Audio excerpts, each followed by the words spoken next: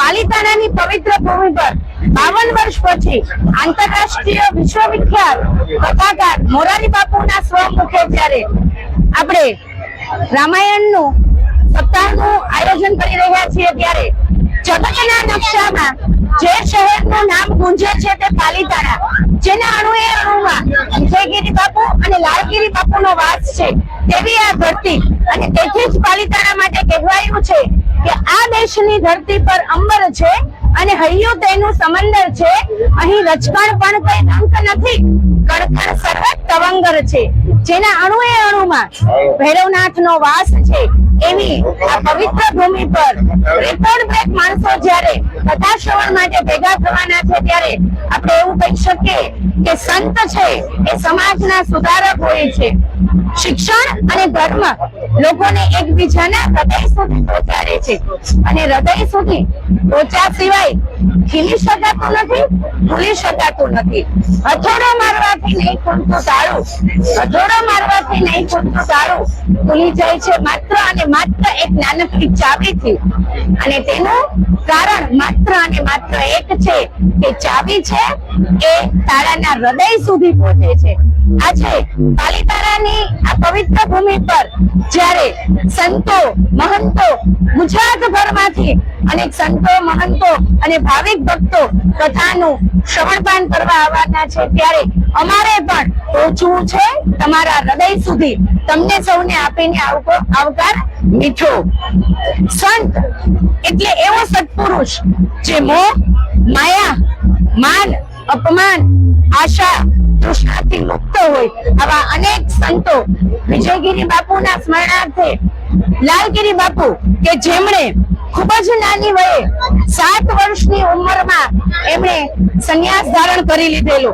4 ધોરણ પાસ એ વ્યક્તિ જ્યારે રચકો જે આવે ને વનસ્પતિ, એના ફૂલો જે છે એની એ ચા બનાવીને પીતા હતા. ઓલિયા જેવા સંત છે લાલગીરી બાપુ.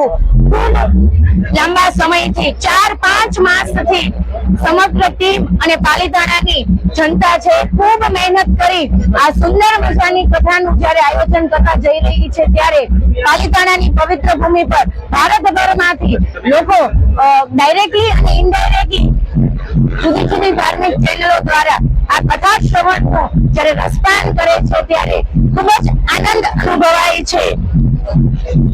એવું કહી શકાય લાલગીરી બાપુ થોડી જ ક્ષણોમાં આપણી વચ્ચે ઉપસ્થિત થવાના છે. આપના આજ અહીં પગલા થવાના ચમનમાં બધાને ખબર થઈ ગઈ છે. ઝુકાવી છે ગરદન બધી ડાળીઓએ, ફૂલોની નીચે નજર થઈ ગઈ છે. જય ભૈરવનાથ, વંદે માતરમ, ભારત માતા કી જય.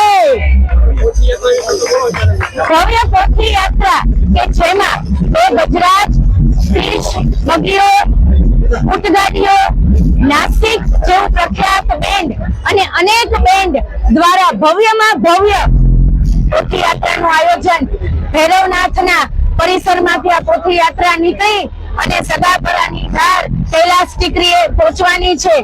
પોથી યાત્રા છે એનો રૂટ છે કાલ ભૈરવ મંદિરથી પ્રસ્થાન થઈ ભવન બ્રિજ, જૂની મામલતદાર રોડ, લક્ષ્મણધામ, વીરપુર ગામ રોડ, ગંડોળા રોડ અને ત્યાંથી સદાપરાની ધાર પાસે એ પોથી યાત્રા છે એનું સમાપન થશે. સૌ ભાવિક ભક્તો સમગ્ર પાલિતાણા જ્યારે ભક્તિમય વાતાવરણમાં રંગાયું છે.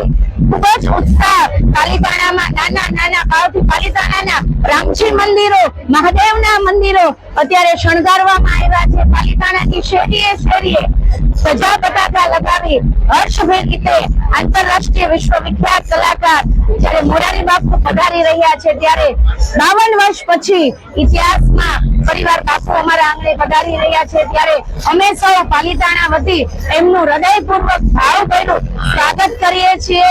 જે કથાકારો સમગ્ર રાજ્યમાંથી અને આંતરરાષ્ટ્રીય કક્ષાએ જે ટીવીના માધ્યમથી કથાનું રસપાન કરવાના છે એનું પણ અમે સ્વાગત કરીએ છીએ. જય જય ભૈરવનાથ.